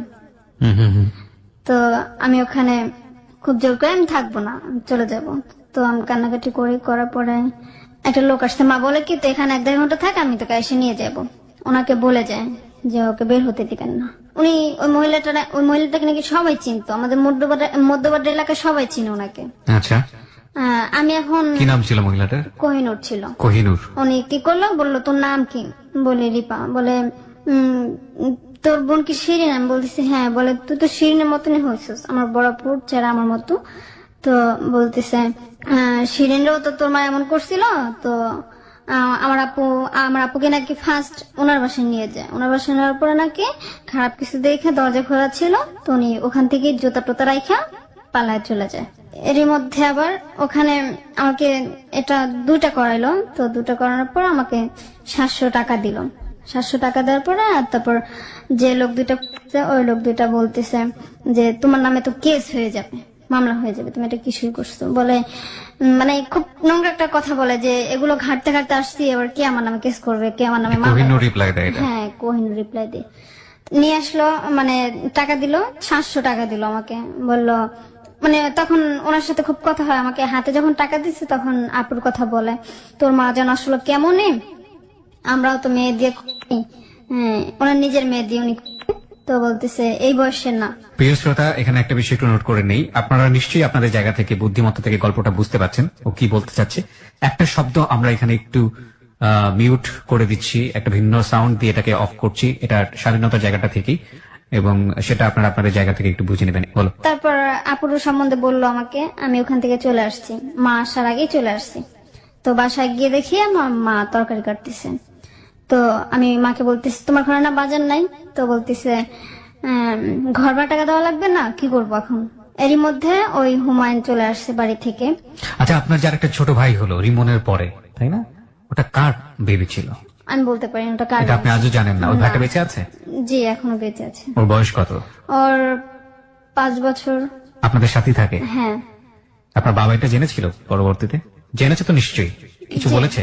না, কি বলবে, সবাই জানতো, মানে সবাইকে বলতো কি এই ছেলেটা কি করছে, মানে বলতো সবাইকে যে আমি গেছি, আমার মানে বলতো যে রিপাকে নিয়ে একদিন মার্কেটে গেছি, তো একটা লোক আসছে, একটা মহিলা আসছে, বলতেছে আপা আমার বাচ্চাটাকে একটু ধরেন না, আমি একটু পানি খেয়ে আসি। ও, এরপরে আর বাচ্চাটা বা এরপর আর মানে বাচ্চাটা একটা না কাহিনী আসে। বানিয়েছে? হ্যাঁ, কাহিনী বানাইছে। সবাই তো অবশ্যই বুঝতো যে ওদের মতো চেহারা হয়েছে, ওদের ভাই না। আমি বললাম যে বাজারের টাকা নাই, তো বললো ঘর ভাড়ার টাকা লাগবে না, এখন ঘর ভাড়ার টাকা। আমি বলছি আমি কি সবকিছু করবো নাকি। এর মধ্যে আমার আব্বুর সাথে আমার মার একবার কথা হয়, কিন্তু আমার মা নাম্বারটা অন্য কাউকে দিয়ে ডিলিট করে ফেলে। তারপর মানে আব্বু এটা বলতো, মানে এটা বলছে, আমার আম্মু যেটা রিপ্লাই করছে এটা বুঝলাম যে আমার মেয়েদেরকে দিয়ে, আমাকে দিয়ে যা, তোর কাছে রাখলে পড়াশোনা হবে না। তো আম্মু কি করলো যে আমি আমার মেয়েদেরকে পড়াশোনা করাইতে পারি কিনা সেটা আমি দেখবো। তো ওইদিন কাকা আসে, আসার পরে আমাকে ডাকে। তো ডাকার পরে একটা লোক নিয়ে আসে, একটা ছেলে, অল্প বয়সী একটা ছেলে নিয়ে আসে, বলল যে এটা আমার ভাতিজা, বললো এই হচ্ছে রিপা, বললো এই হচ্ছে রিপা। পরে উনি চলে যায়, বলে আমি বিকেলে আসবো। বিকেলে আসবো। তো উনি আসে 8টা-9টার দিকে আসে, রাত 8টা-9টার দিকে আসে ছেলেটা। তো এর মধ্যে আমাকে উনি নিয়ে যায়, ঘরের মধ্যে নিয়ে যায়। যখন এটা করতে চাই, আমি যদি মানে দিতে চাই না বা কিছু করতে চাই না, তখন আমাকে খুব মারে, চুল ধরে মারে। তারপর উনি আমাকে চুল ধরে মারেন। মারার পরে মানে আমি খুব কান্না করতেছি। তো বলতেছি কিসের জন্য এটা করতেছেন? তো বলতেছে তোমাকে আমি টাকা দিই না, তোমার এর আগে আমার কাছ থেকে অনেক টাকা নিছে তোকে এটা করাবে বলে। তো বলতেছি এটা মার সাথে বোঝেন কি আমি এটা কি করছি। তো ওই দিন আমার সাথে জোর করে 2বার থাকে আমার সাথে। তো থাকার পর আমি সকালবেলা যাই। ওই ছেলেটা যখন রাত 9টা 10টা 8টা 9টার দিকে আসছে, তখন ওই ছেলেটা আসার পরে কি বললো যে এই মেয়েকে আমি কি করে কি করব। তো এই ছেলেটা ভয় পেয়ে চলে যায়। আচ্ছা, আমাকে একটু জাস্ট বলো, ভয় পেতো মানে কেন? তুমি ছোট এই কারণে? হ্যাঁ, এই এক। কারণে। আর 2 নম্বর যেটা, সেটা হচ্ছে তুমি যে ধরনের সম্পর্কে যাচ্ছ, তোমার মা তো তোমাকে এই ধরনের সম্পর্কে নিয়ে যাচ্ছে জোর জোর করে। তোমার মা কি কোনো ধরনের, এটা যে একটা অনিরাপদ সম্পর্ক, এটা যে তোমার শরীরের মধ্যে অনেক বড় একটা অসুখ, অনেক বড় একটা রোগ বাধা বেঁধে দিতে পারে, এটা যে ভয়াবহ রকমের একটা খারাপ কাজ করছে সে, এবং দুর্ঘটনা ঘটে যেতে পারে, সে ব্যাপারে সে সচেতন ছিল? আমি যেটা তোমাকে বোঝাতে চেয়েছি, তুমি বুঝতে পেরেছো? জি। ওকে, আমার মনে হয় শ্রোতা যারা আছেন তারাও বুঝতে পেরেছেন যে একটা মা কতটা ননসেন্স হলে, আমি পৃথিবীর সকল মার প্রতি শ্রদ্ধা জানিয়ে বলতে চাই, আজকে এই কথাটা বলতে হচ্ছে, মানে এরকম ঘটনা ঘটে দুনিয়াতে, কতটা এরকম হলে যে একটা সন্তানকে বাধ্য করছে, অর্থের জন্য হোক বা যে কোনো কিছুর জন্যই হোক না কেন, এবং 1-2জনকে না, এর আগের যে 2জন ছিল তাদেরকেও বলে একইভাবে বাধ্য করেছে, এই মেয়েটাকেও করছে, এবং তাদেরকে কোনো ধরনের একটা নিরাপদ সম্পর্কের মধ্যে নিয়ে যায়নি। যে মানুষগুলো এদের সাথে মিশছে তারা হয়তো র্যান্ডামলি এই ধরনের কাজ করে, তাদের শরীরে অন্য কোনো অসুখ থাকতে পারে, যেটা এইরকম একটা বাচ্চার শরীরে যে কোনো মুহূর্তেই চলে আসতে পারতো। যাই হোক, আমরা সামনের দিকে যাই। তারপর উনি চলে গেল। বলতেছে ছোট কি দিয়ে কি করবো, উনি চলে গেল। তারপর আমাকে বাসায় দিয়ে আসলো। সকালবেলা বাসায় দিয়ে আসার পর 10টা দিকে এসে বলতেছি কি আমি ওকে এক জায়গায় নিয়ে যাব, ওকে কি দিবা? তো বলতেছি নিয়ে যাও, সমস্যা কোথায়, আমার 200 টাকা লাগবে, আমাকে 200 টাকা দিয়ে যাও, আমি বাজার করবো আর যাবো এক জায়গায়, আম্মু বলতেছে। তো তারপর উনি কি করলো, বলতেছে আমার জামা কাপড় ধোয়া লাগবে, আমার জামা কাপড় ধুয়ে যা, আমাকে বলতেছে। তো মাকে বলতেছি আমি কি তোমাদের গোলাম নাকি, আমি কি তোমাদের চাকর, তোমরা আমার দিয়ে এমন করাইতেছো কেন? তো সেদিন রাতে আমার জন্য আমার মা একটা 3 পিস কিনে নিয়ে আসে, নর্মাল একটা 3 পিস কিনে নিয়ে আসে, বলে এটা আমি তোর জন্য নিয়ে আসছি। তো আমি দেখে বলতেছি আমি তো কি করব। তো ওই দিন বলে কি এটা তোর কাকা কিনে দিছে, এটা আমি কিনি নাই। বললাম তুই কি বলস? তো বলতেছি কাকা না আমাকে দামি ড্রেস দেয়। তো বলার পরে বলতেছে দিবে, ওনার কাছে এখন টাকা পয়সা নাই, উনি বেতন টেতন পাক তারপর দিবে। তো ওই দিন কি করলো, সন্ধ্যার দিকে আমাকে ডাকলো। তো আমি খাওয়া দাওয়া করে আমি আসছি, পুরো বাড়িটাই খালি ছিল। পরে আম্মু যেন কোথায় যায়, আমি থাই গ্লাসে দেখলাম আম্মু যেন কোথায় যাচ্ছে। তারপর উনি কি করলো, মানে সবকিছু ওনার খুলে ফেললো। তো উনি ওটা দেখে আমার খুব ভয় লাগতেছিল, এটা কি হচ্ছে। তখন মানে এতদিন আমার সাথে যে আচরণ করতো তার থেকে খারাপ আচরণ করতেছে আমার সাথে। মানে আরো বেশি। তারপর আমাকে মানে কি বলবো, বলো তুমি যতটুকু পারো বলো, আমরা সবাই শুনবো। মানে তারপর উনি আমার সাথে খুব খারাপ আচরণ করে, যেটা আমার সহ্য হয় না। আমি খুব মানে কি বলবো, আমার ওই দিন ব্লাড বের হয়ে যায়।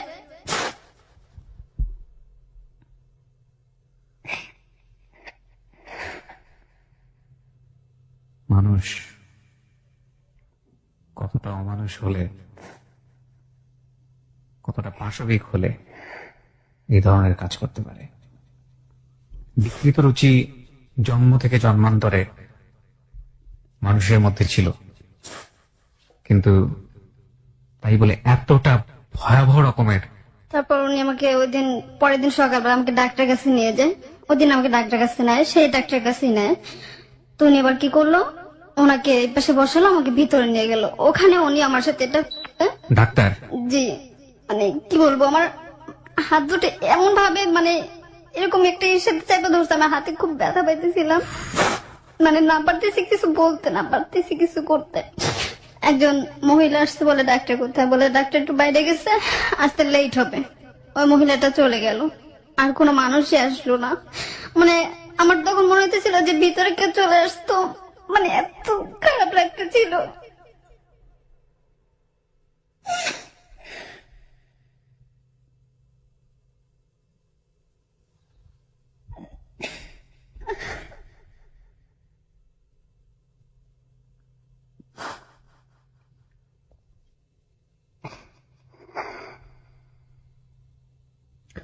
আমাদের দেশে নারী নির্যাতন নিয়ে আইন আছে এবং এগুলোর প্রয়োগ যথেষ্ট রকমের শক্তিশালী প্রয়োগ হয়ে থাকে।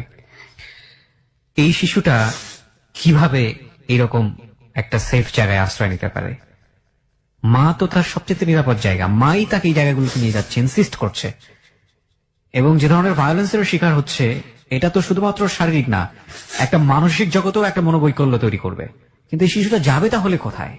সেজন্য কি প্রপার কোনো ব্যবস্থা আমাদের আছে যে এরকম একটা ভায়োলেন্সের শিকার হলে, এরকম কোন দুর্ঘটনা ঘটলে একটা শিশু একটা পার্টিকুলার নাম্বারে ফোন দেবে বা কোনো একটা জায়গায় যাবে, গিয়ে তার সব অবস্থা খুলে বলবে এবং তারপর ওই শিশুটাকে একটা নিরাপদ জায়গায় রাখা হবে, একটা প্রপার টাইমে, একটা প্রপার সময় পর্যন্ত তাকে বড় করা হবে? এরকম কোন ব্যবস্থা কি আমাদের আছে? আমার জায়গা থেকে জানা নেই। যদি থেকে থাকে তাহলে অন্তত সবার জানাশোনা লেভেলে এটাকে প্রচারণায় নিয়ে আসা উচিত। কারণ এরকম ঘটনা আজকে হেল্প 920 এই প্রথম নয়, এরকম অসংখ্য ঘটনা আছে। আমরা প্রচার করতে পারি না প্রিয় শ্রোতা, এরকম ঘটনাও আছে। আপনারা অনেকেই বলেন যে এরকম সাহসী পদক্ষেপ কিভাবে নেয় আমাদের এই অনুষ্ঠানটি। আমরা প্রচারও করতে পারি না, এত সাহসী পদক্ষেপ নেবার পরেও আমরা প্রচার করতে পারি না, এরকম স্টোরিও আমাদের কাছে আছে এবং সেটা দুর্ধর্ষ, ভয়াবহ। আমাদের রেডিও এথিক্স থেকে বা সামাজিকতার এথিক্স থেকে প্রচার করা যায় না এবং সেই ভয়াবহতাটা ঘটে একটা নারীর সাথে। অত্যন্ত দুঃখজনক। বলো তারপর কি হলো? তারপর আমাকে ওষুধ দিল, ওষুধ টষুধ দেওয়ার পরে উনি আমাকে বাসায় নিয়ে গেল। তো আমি বাসায় কান্না করতেছি, খুব ব্লিডিং হচ্ছে। তো আমি কান্না করতেছি, তো আম্মু ওই দিন কান্না করে আমার কান্না দেখে। তো ওই দিন কান্না করে, তারপর আমাকে দেখায় না, মানে আমি বুঝায় না যে আমি কান্না করতেছি। তো উনি বাইরে চলে যায়। ওই দিন কিছুদিন পরে আবার সুস্থ হওয়ার পরে আমাকে ওই লোকটাকে নিয়ে আসে। কোন লোক? ওই যে লোকটাকে আর একবার আনছিল আমাকে নিয়ে যাবে বলে, ওকে। আমাকে দিয়ে দিবে ওনার সাথে, আমি ওনার সাথেই থাকবো। তো আমি খুব কান্নাকাটি করে আমি যাব না। কি নাম ছিল লোকটার? লোকটার নাম মনে ভুলে পড়ছে না এখন? গেছি। আচ্ছা ঠিক আছে। তারপর আমার জামা কাপড় কি করে দিল, আমাকে খুব মারতো, এই ভয়ে আমি বেশি গেছি। খুব বকাবকি করতো, আর ওনার বকা এমন ছিল, খুব বাজে বকা ছিল। লজ্জা লাগতো যে উনি মা হয়ে আমাকে বলে, ওনার একটু লজ্জা লাগে না আমাকে এসব কথা জিজ্ঞেস করে। প্রিয় শ্রোতা, আমরা অনুষ্ঠানের শেষে রিপার মায়ের সাথে কথা বলবো। আমরা দেখতে চাই উনি কি বলে। আপনারা আমাদের সঙ্গে থাকুন। বলো তুমি। তারপর মা আমাকে জামা কাপড় দেয়, নিয়ে যায়। তো ওই বাসাটা যাওয়ার পরে ফার্স্ট টাইম আমাকে জিজ্ঞেস করে তোমার নাম কি, এইসব। তারপর একটা ছেলে আসলো, বলতেছে এটা কে। তো আমি যেহেতু ছোট, আমার মুখে এমনিতে হাসি থাকতো সব সময়। তো ছেলেটা বলে এটা ওর মা পাঠাইছে, এরকম এরকম বলে। ওর মুখে তো হাসি, বা ও যতটুকু মেয়ে, ওর মধ্যে সেরকম কোনো ভয় নাই। আমার মনে হচ্ছে তোকে ধরার জন্য এটা করছে, মানে হাজবেন্ড ওয়াইফ ওনারা। তো এগুলোকে বলতেছে। তো আমার চুল তখন অনেক বড় ছিল, এই চুলের থেকেও বড় ছিল। তো যত্ন নেওয়া হতো না চুলের। আমাকে বলে কি তোমার চুল তো, তুমি মানুষ হিসেবে খুব বড়, তো আমি কেটে দিব তো তোমার চুল। তখন আমার চুল ছোট করে দেয়। আমাকে একদিন একটা লোক আসে, বলতেছে ওই মহিলার সাথে কথা বলতেছে, বলে এত এত দিতে হবে 10,000, মানে বললো ওনার কাছে যে মেয়ে খুব ছোট। পরে আমাকে বললো কি তুমি ওই রুমে যাও। পরে ওদিন একটা লোক আসে, মানে লোকটা কি অল্প বয়সে একটা ছেলে আসে। ছেলে আসার পরে আমার পাশে এসে বসে। তো আমার পাশে এসে যখন বসে, তখন আমি জানালার পাশে চলে যাই। যাওয়ার পর আমার চুল ধরে, মানে মানে আমার সাথে খুব ভালো আচরণ করতেছে। তখন তারপরে ছেলেটা বলতেছে কি আপু তুমি ওকে কেন এখানে রাখছো, তোমার তো সমস্যা হবে, ও তো খুবই ছোট। তো আমি যখন রুমে যেতাম কান্না করতাম, তখন ওনারা শুনতো কিন্তু কিছু বলতো না। যে একটা মা, ওনারা বলতো একটা মা কি করে এত খারাপ হতে পারে। আমার কাছে খুব খারাপ লাগতো যখন আমার মাকে বকা দিত, খারাপ কথা বলতো, যে আমার মাকে মানুষ কেন এগুলো বলবে, আমার মা কেন এত খারাপ হতে পারে।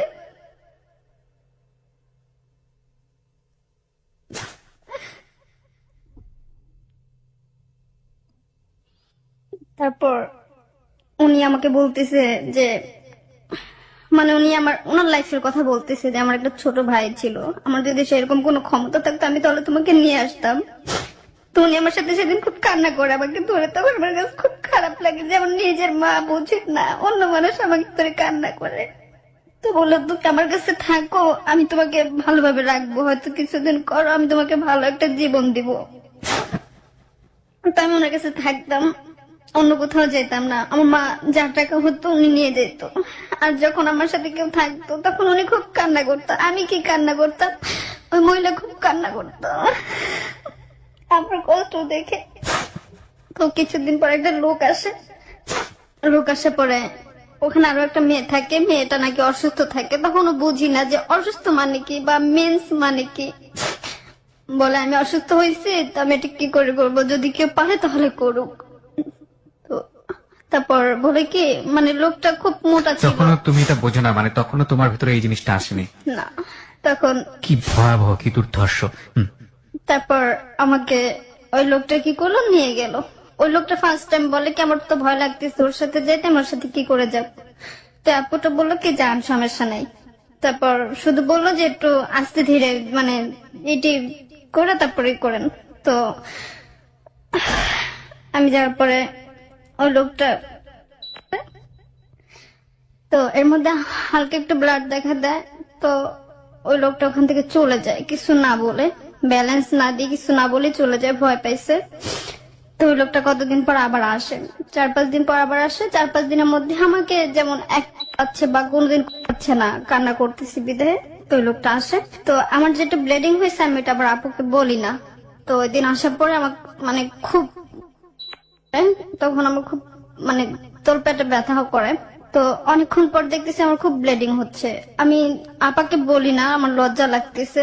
তো আমি ওই মানে একটার পর একটা ছিলর চেঞ্জ করতেছি, তো ওখানে 5টা ছিলর জমে গেছে চেঞ্জ করতে করতে। তো আমি আপাকে হঠাৎ করে বলি, আপা আমার ব্লিডিং হচ্ছে। তো বলে, তুই আমাকে এতক্ষণ বলিস না কেন? তোমার গালে একটা থাপড় দিয়ে বল, তোর এত কিসের লজ্জা, তুই আমাকে এতক্ষণ বলিস না কেন? পরে উনি আমাকে ডাক্তারের কাছে নিয়ে গেল।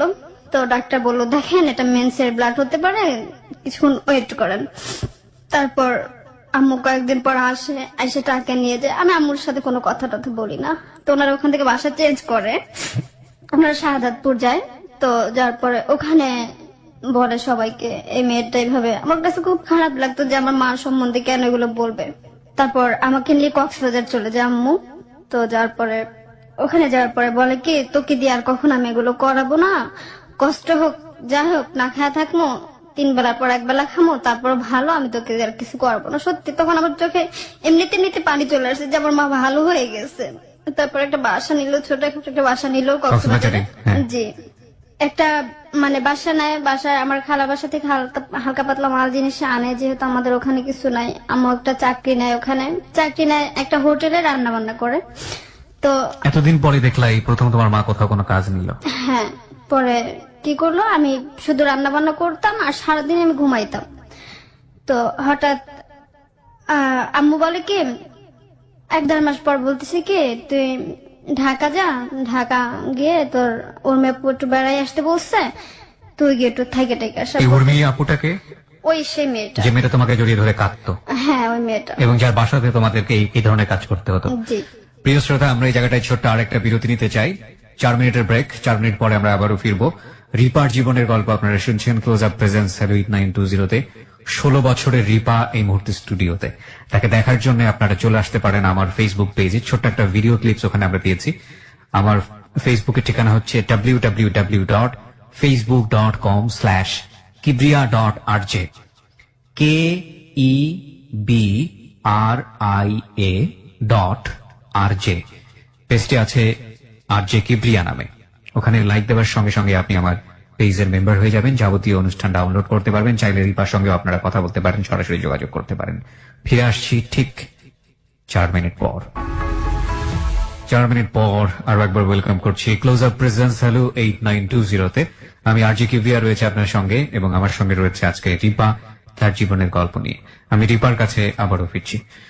রিপা, যেখানটাতে ছিলে তুমি, তোমাকে তোমার মা আবারও ঢাকায় পাঠানোর চেষ্টা করছে। সম্ভবত মেয়েটার নাম কি ছিল বলছিলে? উর্মি। উর্মির কাছে। তারপর উর্মি নিজেও তো ইনভলভ ছিল এসব কাজে? না, উনি নাকি কখনো এটা করতো না, এবং শুধুমাত্র এই ব্যবসাটা করতো? হ্যাঁ, শুধু এই ব্যবসাটা করতো ওনার ফ্ল্যাটে? জি। ওকে। তারপর আমাকে বলি যে তুমি না আমাকে কখনো এটা করাবা না। তার মধ্যে আপা আমাকে ফোন দিয়ে বলে কি, আমার তো একটা বাচ্চা হয়েছে। তো আমি বলতেছি, আমরা যখন আসছি তখন তো তুমি সেরকম কিছু দেখি নাই, তোমার বাচ্চা হলো কি করে? বলে তুই ঢাকা আস, তারপর বলবো। তো এর মধ্যে মা আমাকে এই কথাটা বলে যে ঢাকা যা, কয়েকদিন থাইকা আস, মিয়াপুর আমি বাচ্চা হয়েছে এটা দেখে আস। আমাকে এসব কথা বলে। পর বলতেছি, তুমি না বলছো আর কখনো আমাকে পাঠাবা না, কষ্ট হলো রাখবা। তারপর আমাকে পাঠায়, যাই ঢাকা। ঢাকা যাওয়ার পরে আম্মু আম্মু 4-5 দিন পর আপুর কাছে বললো কি যে আমার ঘরে কিছু নাই, বাজার টাজার দেয় না, কয়েকদিন পর দিবে বেতন, আমার কাছে তখন টাকা পয়সা নাই। ওই দিন আমাকে না বলে আপু 5,000 টাকা আম্মুকে দিয়ে দেয়। 5,000 টাকা দেওয়ার পরে সামনে ঈদ আসতেছে, তো মা বলে কি সবার জন্য মার্কেট করে নিয়ে আস। আমি বলতেছিলাম কোথায় টাকা পাবো? যখন আমি ঢাকা থেকে কক্সবাজার আসবো, তারপর আসার পর আমি মানে ডাইরেক্ট আমার বাসা না গিয়ে আমি আম্মুর অফিসে গেছি। তো অফিসে যাওয়ার পর আম্মু বলতেছে আমার মেয়ে আসছে, তারপর বলে আমি যাই, কালকে আসবো। তো বিকেল 5টার দিকে আবার চলে আসে আমাকে বাসায় দিয়ে, আবার বিকেল 5টার দিকে চলে আসে। সকাল 8-9টার দিকে আমরা বের হই। তো আমি একটা লেহেঙ্গা পরাচ্ছিলাম, তো যাওয়ার পরে দেখতেছি একটা দোকানে ঢুকে, মানে একটা ফ্লাগজি দোকান, ওখানে ফ্লাগজি করে এমন মেয়েদের কসমেটিকও বেচে। তো তারপর কি করলো, মা কি করলো, ওই দোকানের মধ্যে ঢুকলো। তারপর মা জিজ্ঞেস করলো, এটা কি তোমার মেয়ে? সরি, এটা কি তোমার মাকে জিজ্ঞেস করলো? হ্যাঁ, এটা কি আপনার মেয়ে? বলতেছি হ্যাঁ। আমার মাকে মা ডাকতো উনি, যে লোকটা ফ্লেক্সি বিক্রি করতো। হ্যাঁ। তারপর উনি একটা নাম্বার দিয়ে দেয়। অনেকদিন পর আমাকে সে নাম্বারটা দেখায়। তো আমি এমনিতে খুব লিখতাম, আমার লিখতে ভালো লাগতো, মানে যাই মনে পড়তো তাই লিখতাম। উনি কি করলো, মা কি করলো, বলে কি এই ছেলেটা তোর নাম্বার দিছে, তো তোকে ফোন দিতে বলছে। দুইটা নাম্বার শুভ লেখা। তো বলতেছি নাম কি, বলে শুভ। তারপর যে ব্যাগের নাম্বারটা রাখছি, ফোন দেওয়ার কোনো প্রয়োজন নাই, আমি কেন ফোন দেবো লোকটাকে শুধু শুধু। তো ওই ব্যাগটা কিসের জন্য আমি আবার ধরছি, কিসের জন্য যেন। তো ধরার পরে নাম্বারটা নিচে পড়ছে, মানে আমার হাতে বাজে নাম্বারটা নিচে পড়ছে। তো ওই নাম্বারটা রাত 11টার দিকে আমি ফোন দিচ্ছি, ফোন দিয়ে বলতেছি আপনি কি শুভ? বলতেছে না আমি শুভ না। বলতেছি ফাজলামো করতেছেন কেন? নাম্বার তো ঠিক আছে, আপনি কে, কিসের জন্য ফোন দিচ্ছেন? ফোন দিতে বলছেন। বলে তুমি আমার সাথে দেখা করবা।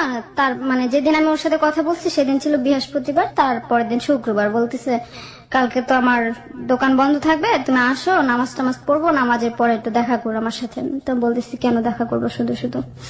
তারপর বলতেছি আসো, দেখা করলে বুঝতে পারবা। তারপর আমি রিফাতকে নিয়ে যাই বিসে যাই। মানে তোমার ছোট ভাইকে নিয়ে? হ্যাঁ, ছোট ভাইকে নিয়ে যাই। তো যার পরে আসে আমার সাথে কথা টথা বলে আমি তোমাকে বিয়ে করবো। আমি বলতেছি তো আমাকে বিয়ে করবেন? আম্মুর সাথে কথা বলছেন? বলে হ্যাঁ, আম্মুর সাথে আমি কথা বলছি, বিয়ে করবো।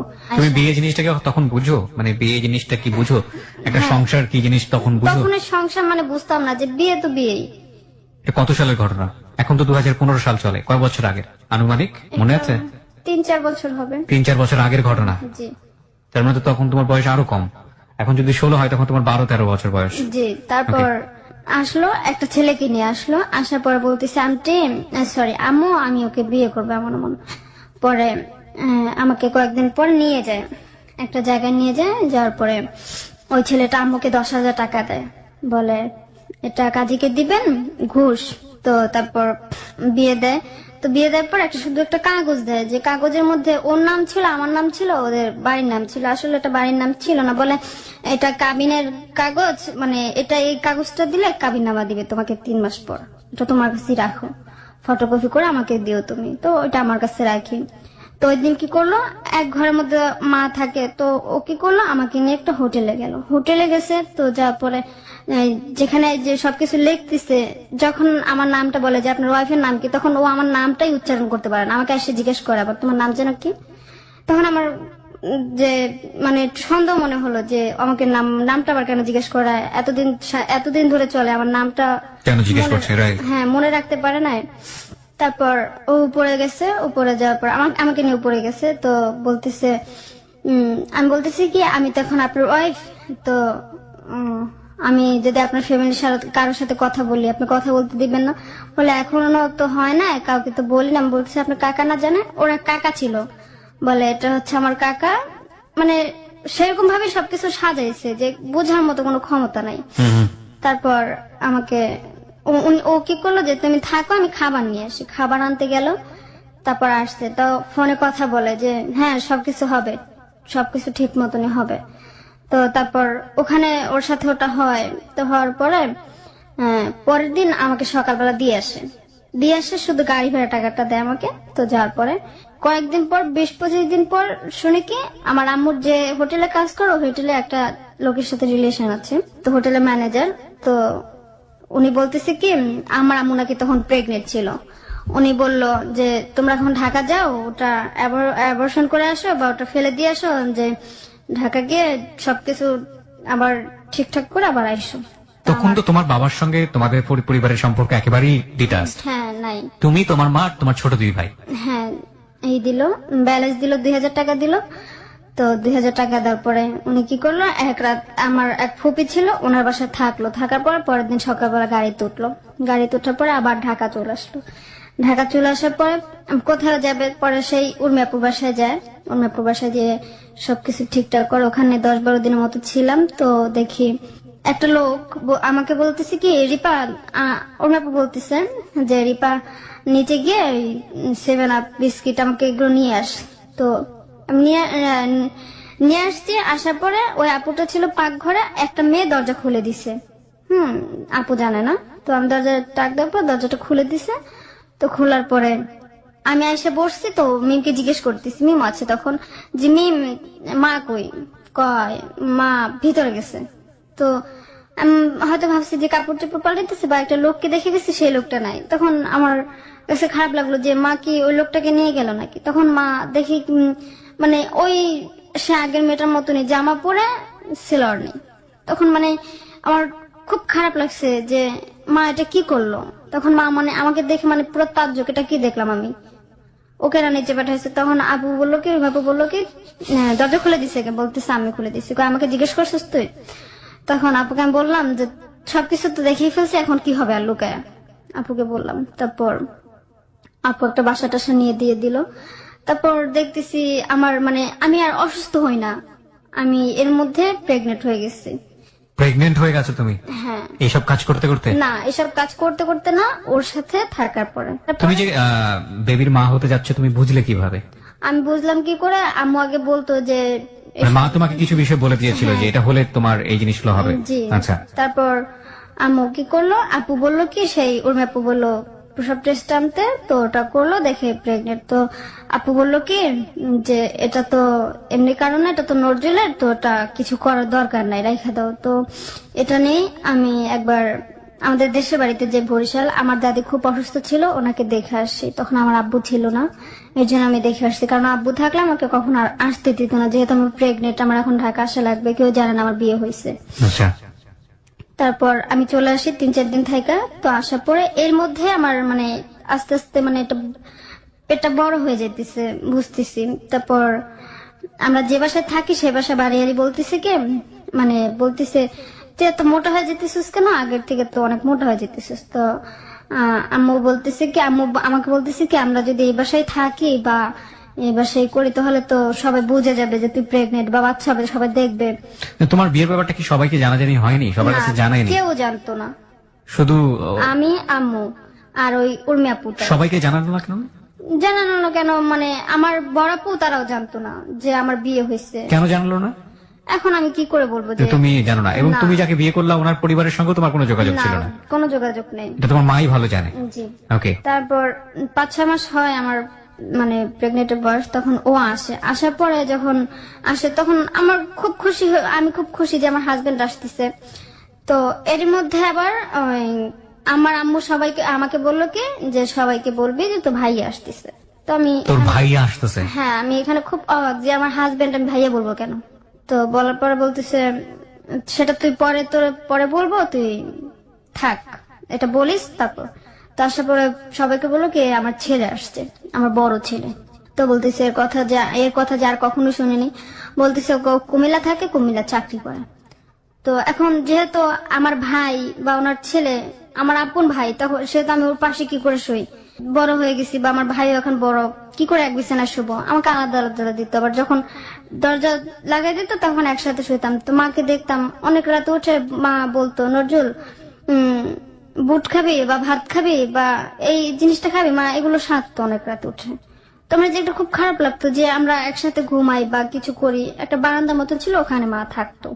আর মিম রিফাত মানে সবাই আমাদের সাথেই থাকতো আলাদা। তো এখানে খুব খারাপ লাগতো যে আমরা কিরকম না কিরকম হয়ে শুয়ে আছি বা কিছু, তখন যদি বাতিটা অন করে বা কিছু বলে, এই জিনিসটা নিয়ে ভয় পেতাম খুব। আর শুধু ভাবতাম যে উনি কেন এমন করবে, ও তো মানে ওনার মেয়ের জামাই, খারাপ হলো মানে সত্য হলো মানে মানে যেরকমই হই আমি, অন্তত কিছু এথিক্স তো থাকা উচিত হ্যাঁ। নিজের মধ্যে। তারপর ওই দিন রাতে আবার একটা মেয়ে আসে, একটা মহিলা আসে দরজা টাক দিছে। তখন আমরা একসাথে শুইছি। তো শোয়ার পরে কি করবে, ও তাড়াতাড়ি করে মা মাঝখানে গেল, আমি এক পাশে গেলাম, মা মাঝখানে আমি আলাদা। পরে তারপর দরজাটা খুলে দিল, দেখলো আমি আলাদা শুয়ে আসছি। তো মার কাছ থেকে যেন কি নিল, তো না পর আবার দরজা লাগাই দিছে। তো ও কয়েকদিন পর বিদেশ যাবে, ওর ব্যাগ মানে চেক করে দেখি মানে ঢাকা আসছে মেডিকেলে, ওর মানে যখন মেডিকেল করছে তখন নাকি কি একটা রোগ ধরা দিছে, এটা ওষুধ খাওয়ার জন্য ঢাকা আসছে, ওষুধ কেনার জন্য। তো দেখি ওর পাসপোর্ট, তো আমি তখন বুঝি না মানে ওটা সম্বন্ধে, দেখতাম পাসপোর্ট মানে কি। তখন পাশে ঘরে একটা মহিলাকে জিজ্ঞেস করে এটা মানে কি আপু, তো বলতেছে ও তো বিদেশ যাবে। তখন আমি খুব কান্না করি যে আমাকে রেখে বিদেশ যাবে, আমার বাচ্চা হবে। তোমার সম্পর্কে ও জানতো? তোমার অতীত সম্পর্কে জানতো না, তোমার ও হাজবেন্ড? জানতো না, কিছুই জানতো না। না। আচ্ছা। তারপর আমি বললাম কি তুমি নাকি বিদেশ যাবা, বলতেছে কে বললো, বলতেছে মা বললো তুমি বিদেশ যাবা। তখন মাকে জিজ্ঞেস করে আম্মু তুমি ওকে বলছো আমি বিদেশ যাবো, বলতেছে না আমি তো বলিনি। তারপর বললাম যে আমি তোমার পাসপোর্ট দেখলাম, মানে পাসপোর্ট শব্দটা আমি উচ্চারণ করতে পারতেছিলাম না, যে ভুলে যেতেছিলাম।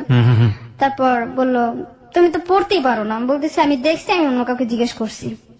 এটা কিসের জন্য? তারপর বলে হ্যাঁ আমি বিদেশ যাবো, আমি তারপর আয়সা পাবো কয়েকদিন পর।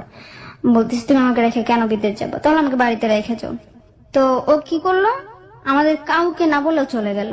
ও আম্মুর কাছে শুনছে যে আমার বাচ্চা হবে, তারপর ও চলে গেল। এর মধ্যে নাকি আম্মু জানে যে ও চলে গেছে, কিন্তু আমাকে বলে নাই। ওকে, তারপর ওখান থেকে সে আমার বাবুর কাকাটা আসলো, বিদেশ গেছিল। ও আসলো, আসার পরে আমার ছেলের জন্য, মানে আম্মু আমার বাচ্চা হওয়ার আগে শুধু ছেলে ছেলে করতো, তো আমার ছেলের জন্য একটা পিস্তল নিয়ে আসে, যে আমার নাতি, খেলনা পিস্তল, হ্যাঁ খেলনা নিয়ে আসে, অনেকগুলো পিস্তল নিয়ে আসে। তারপর ওগুলো আনার পরে তো উনি বললো কি, মানে এর মধ্যে যেহেতু আমি অসুস্থ বা আম্মু কিছু করে না, 2-3 মাসে ঘর ভাড়া পাবে বাড়িওয়ালা। তো সেই কাকা বললো কি, যেহেতু ঘর ভাড়া পাবে, যে টাকা ঘর ভাড়া টাকা পাবে, এই টাকা দিয়ে আমি মাল জিনিস কিনে অন্য একটা বাসা দিয়ে দিব। তো আম্মু কি করলো, ওখান থেকে পালায় চলে আসলো। মানে বাড়ি থেকে? হ্যাঁ, মাল জিনিস রেখা, মানে আমার ঘরে সবকিছু ছিল, ফ্রিজটা বাদে সব ছিল কাঠের জিনিস। মানে আমি যে টাকা করতাম এগুলো দিয়ে সব, আম্মু বলতেছে কি আমার ঘরটা পুরো সম্পূর্ণ ভরপুর থাকবে। আমার ঘরে সবকিছু ছিল, ওইগুলো সব বিক্রি করে দিল উনি, বিক্রি করে দিল। বাড়িওয়ালাও জানে না। যখন ওই লোকটা নিতে আসছে, তখন মানে লোকটাকে বাড়িওয়ালা ধরছে, তখন ওই লোকটা বাড়িওয়ালাকে ধরছে, যেগুলো তো আমার কাছে বেঁচে দিয়ে গেছে, তোমার ভাড়াটিয়া কই সেটা তুমি বুঝো না।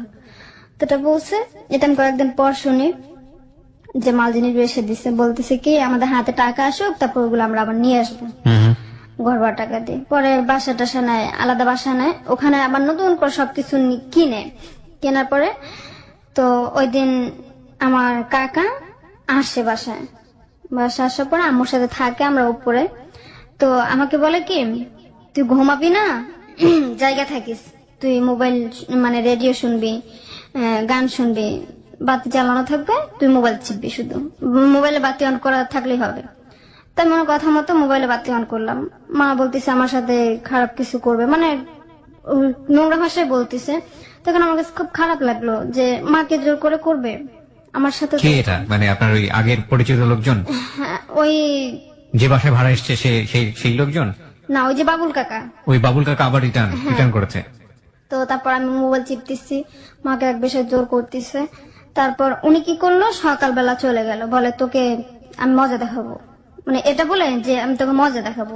না, উনি যদি ওনার সঙ্গে যদি ধরনের সম্পর্ক যদি নাই যাবে, তাহলে ঘরের ভিতর ঢুকতে দিল কেন?